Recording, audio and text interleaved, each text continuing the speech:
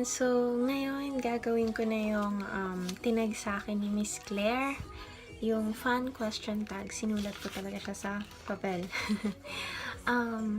Inisip ko dati na gagawin ko siya pag yung ready na talaga ako, yung ready na yung mga sagot ko. Kaya lang medyo mahirap pala maghanap ng time para lang mag-isip ng mga sagot. So, ayun, naisip ko na bahala na, kumbaga, sasagutin ko to, tapos kapag mapapaisip ako or medyo matatagalan bago ako makasagot, kumbaga ayusin ko na lang, edit ko na lang yung video para tuloy-tuloy siya. And kaya may background music kasi sa kabilang kwarto si mama ka-Skype yung mga kuya ko sa Pilipinas. So, ayun, para hindi kami magkarinigan. Okay, so fun question tag. Teko to. By the way, first time may nagtag sa akin, kaya special para sa akin tong video na to. Thank you, Miss Claire. Okay, so number 1. When is your birthday? My birthday is on April 19. Magka-birthday kami ni Kim Chu, pati yung year. So, twin kami. Feeling. Number 2. What are 3 of your favorite colors? Pink, purple, tapos red or white. Red na lang.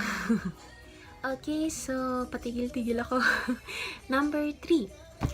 What are your 3 favorite quotes?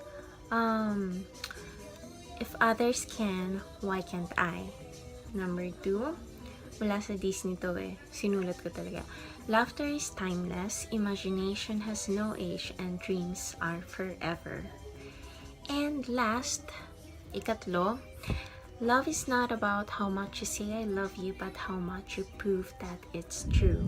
Number 4, 8 na pala to. Number 4, are you addicted to YouTube? Yes! Number 5. What are 3 of your favorite shows on TV or YouTube or both? Isa-isayin ko na lang. Favorite TV shows ko sa Pilipinas, mga teleserye. Ngayon, ang Probinsyano, Dolce Amore, pero hindi naman yung sobrang favorite talaga na parang hindi ako makatulog pag hindi ko pinanood. Hindi naman. Tapos, ayan, yung The Voice.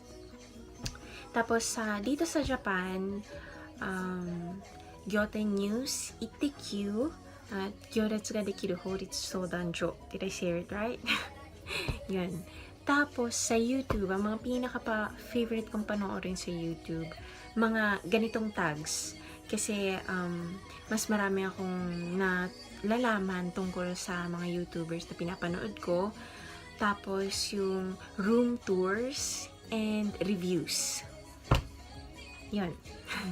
Okay, so number 6. What are 3 qualities you like in a best friend? Number 1, mapagkakatiwalaan. Kasi may trust issues ako Ilang beses na may nanira ng tiwala ko, kaya ayun. And number 2, yung masaya kasama, optimistic. Ayoko yung nega. And number 3, ano ba? Naisip ko na kanina Kani-kanina lang nasa isip ko. Ano ba yun?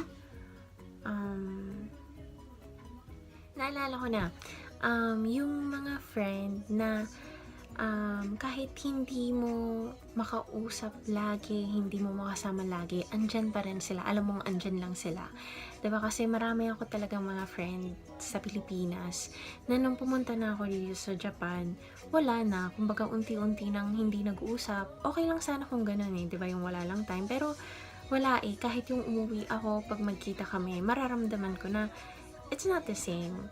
So, ayun. At yung iba, diba, yung andyan lang kapag may kailangan. Pero kapag ako na yung may kailangan, parang wala lang. So, ayun, gusto ko yung ganun, maasahan. Ganon. Number 7. Do you like your name? Yes. K. Short and sweet. Okay, number 8.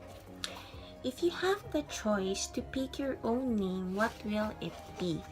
So, kung ngayon ako tatanungin ito, wala na. Mas gusto ko na yung K. Kasi, siguro wala. Natutunan na akong mahalin yun. Pero nung bata ako, ayoko. Kasi parang naboboring ako sa pangalan ko. Ang iksi-iksi lang kasi. Tapos, naiinggit ako sa mga merong first name, may middle name, may ganun. Mahaba yung names nila. Samantalang ako K lang. Ayun. Tapos dati, yung gusto ko, Madelika or Lika. Ayun. Ewan ko kung bakit.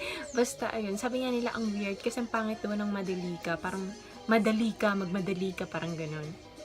Next, what is your fantasy dream? To be a Disney princess?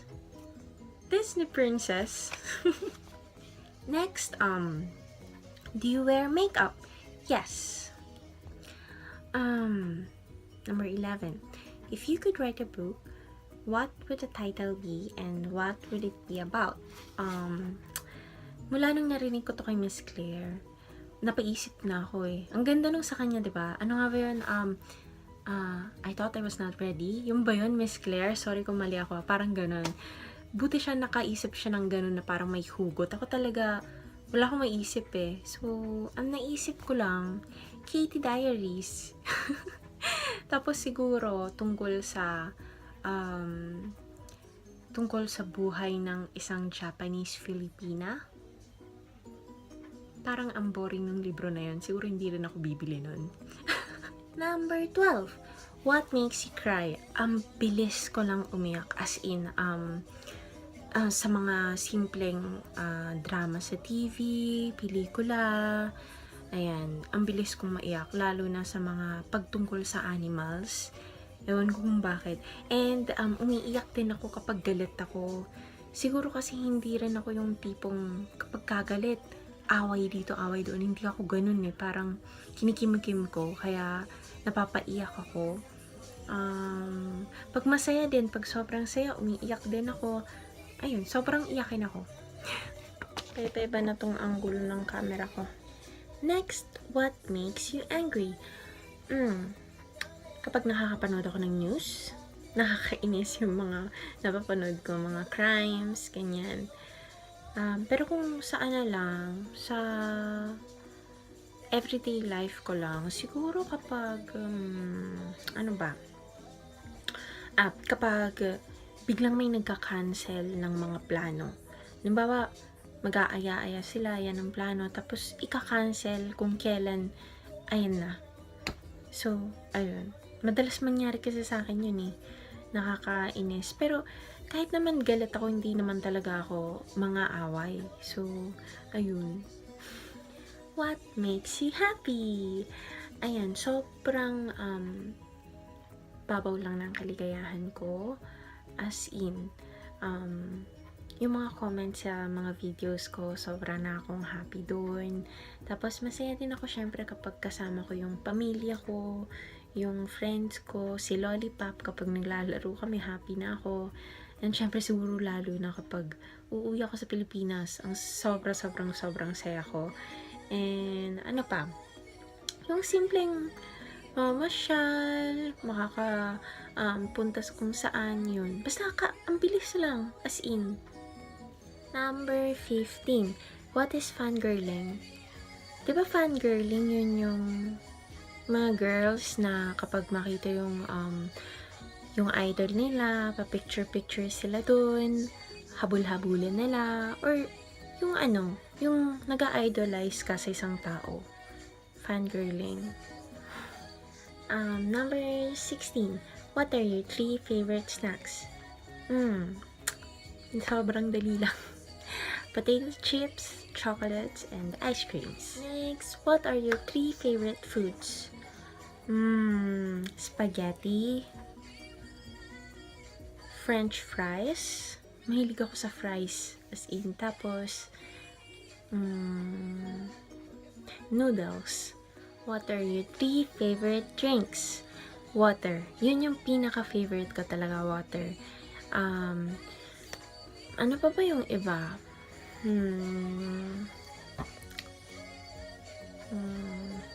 Pwede water na lang. Number 19. Can you tell us a little about yourself? Sure. I'm Kay. I'm Japanese Filipina. Sa Pilipinas ako lumaki and now I'm living here in Japan. Number 20. What are 10 random facts about you? Hindi ko na isasali dito yung sinabi ko sa can you tell us a little about yourself? Okay. So, yung ibang mga nabanggit ko na hindi ko sasabihin. 10 random facts. Left-handed ako. Ano pa? Wala na akong maisip. Takot ako mag-drive, pero may lisensya ako. And mahilig ako mag-video. Even before pa na natuto ako mag-vlog, mahilig na talaga ako mag-video ng kung ano-ano. Mahilig din ako mag-picture, number 4. And number 5, lagi naman ako nagme-makeup, pero hindi ako magaling. As in, yung natural makeup lang yung kaya ko. Hindi ako marunong ng mga eyeshadow, ganun. Dati marunong ako nung bata-bata pa ako. Pero ngayon di na. Pag nagtitry ako, mukha akong bading. Number 6. Ano pa ba? Hindi ako masyado umiinom. As in, pag sobrang pinilit lang ng kaibigan, ayun, siguro mga once or twice a year lang ako umiinom. Number 7, sabi nila lahat daw ng tao may talent, pero ako hanggang ngayon, hidden pa rin sila. Hidden talent pa rin hanggang ngayon. Number 8, madaldal ata ako. Yeah. Lalo na kapag sobrang close ko na yung tao, ang daldal ko. Number 9, sabi ko na mahilig ako sa pink. Mahilig ako sa stuffed toys. Ayun. Number 10, madali akong mahilo sa mga sasakyan. Sobra, kahit tren. And kahit aeroplano, pag uuwi ako sa Pilipinas, lagi akong umiinom ng Bonamine. Or mga gamot na parang hindi ako mahilo. So, ayun. And last, number 21, what are your 3 fun things to do? Sa ngayon, sobrang nag-enjoy talaga ako mag-video. Yun, vlogging, ganyan. And number 2, yung manood ng mga vlogs. Ayan. Tapos number 3, siguro yung mamasyal-masyal. Ayan, thank you so much, Miss Claire, for tagging me. And ngayon, gusto ko na rin mag-tag. Ayan, so tinatag ko ang iba kasi hindi ko sauli yung pangalan Ilagay ko na lang yung mga names sa description box below. Sis Chapinay, ayan sis, sana pag may time ka, try mo siya. And si Miss Charmy Lagaso, tama po yung pagkakapronounce ko. Tapos, ayun, si Miss Abril Mayo, sis ha, sana pag wala ka, naboboring ka dyan, ayan, try mo siya, masaya.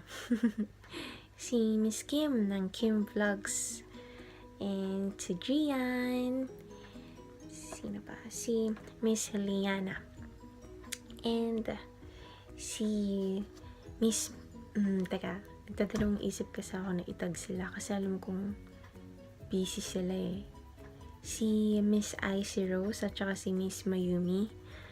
Ayan, sana may magkaroon kayo ng time na gawin to. Sila yung dalawa sa taong nag-inspire din sa akin na itry ang maging isang YouTuber. And, ayun. So, nag-enjoy kasi ako talaga manood ng ganitong klaseng videos, kaya I'm glad na nagawa ko din siya. So, thank you guys for watching.